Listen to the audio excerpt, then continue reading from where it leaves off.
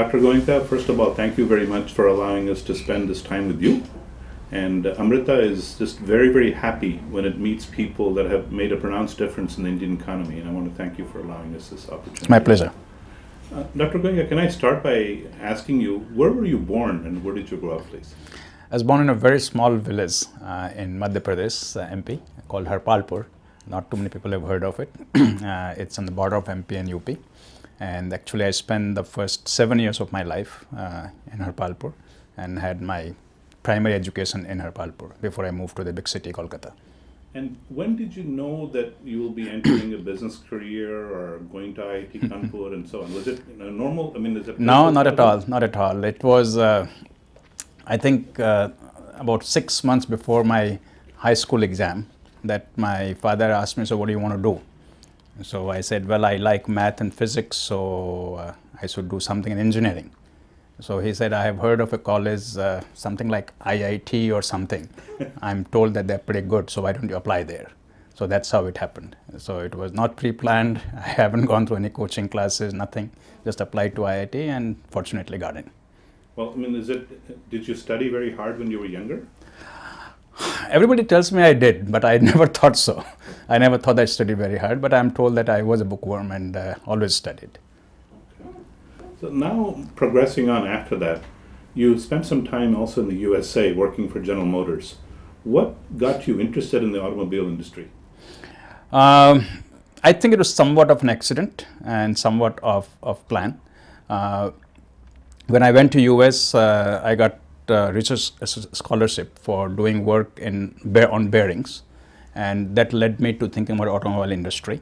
And once I got in there, I liked it so much I didn't want to leave. So I won't say that I got into automobile because I wanted to, but having gotten in, I liked it so much that I'm very happy that I did.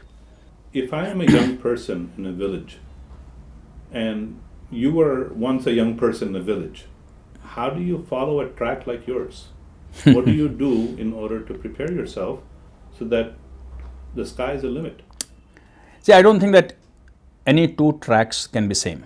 Everybody has to sort of build his own track to see what will work for the person, with certain things being common, given.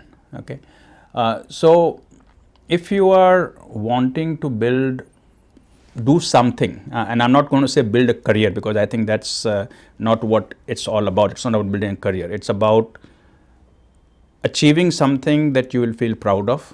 Okay, whether you do it and become a millionaire or not is not important. It's about doing something that would make people think that here's a person who made a difference, right?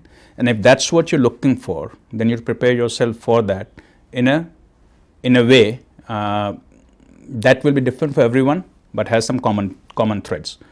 So what are those common threads? Clearly, it's not a question that I get asked often, so I don't have a prepared answer. But if I was to think and reflect on it, what are the common threads that you're looking for? So to me, one of the most important thing is that you have to set an objective that is larger than what's in it for me.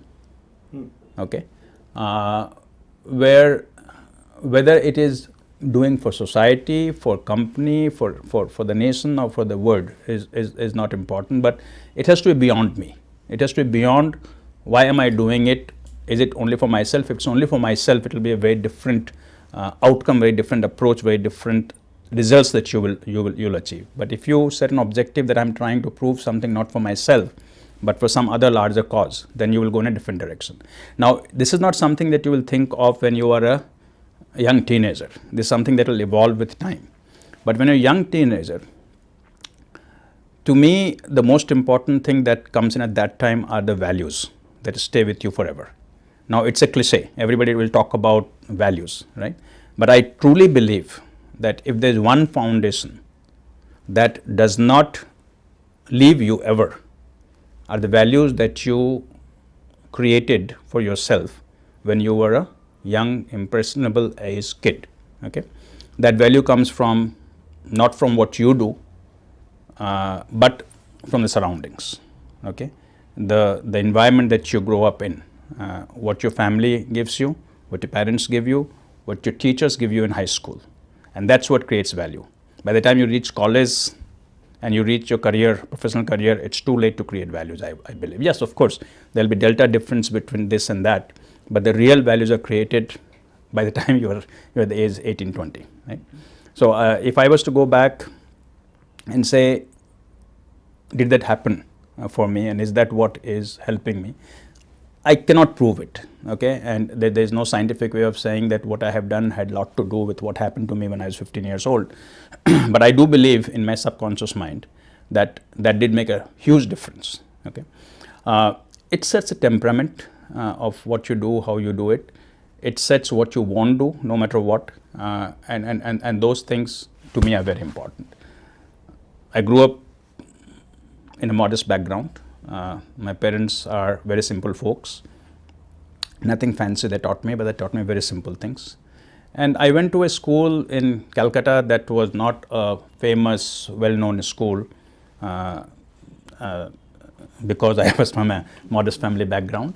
But I had excellent teachers. Excellent teachers. I mean, not one of those teachers I had found match for ever. They were all mostly from UP and Bihar. Misra ji, Oja ji, Chaube ji, Pandey ji, all of these people. But they're excellent teachers, and I cannot ever forget the teaching they've given. In fact, my kids ask me sometimes today that how do you remember so many things about what you learned in school which you've never used in your life? And I don't know what it is, but it is just the way they taught. It just remained with you forever. So I think that made a very big difference in the foundation that got laid at that time itself. That it is the best time to be born in India, not to be born in India, but say to be 20-something in India. I don't know what it will mean for somebody who is born in India, where India will be 20 years from now. I hope that it will be even better than it is today.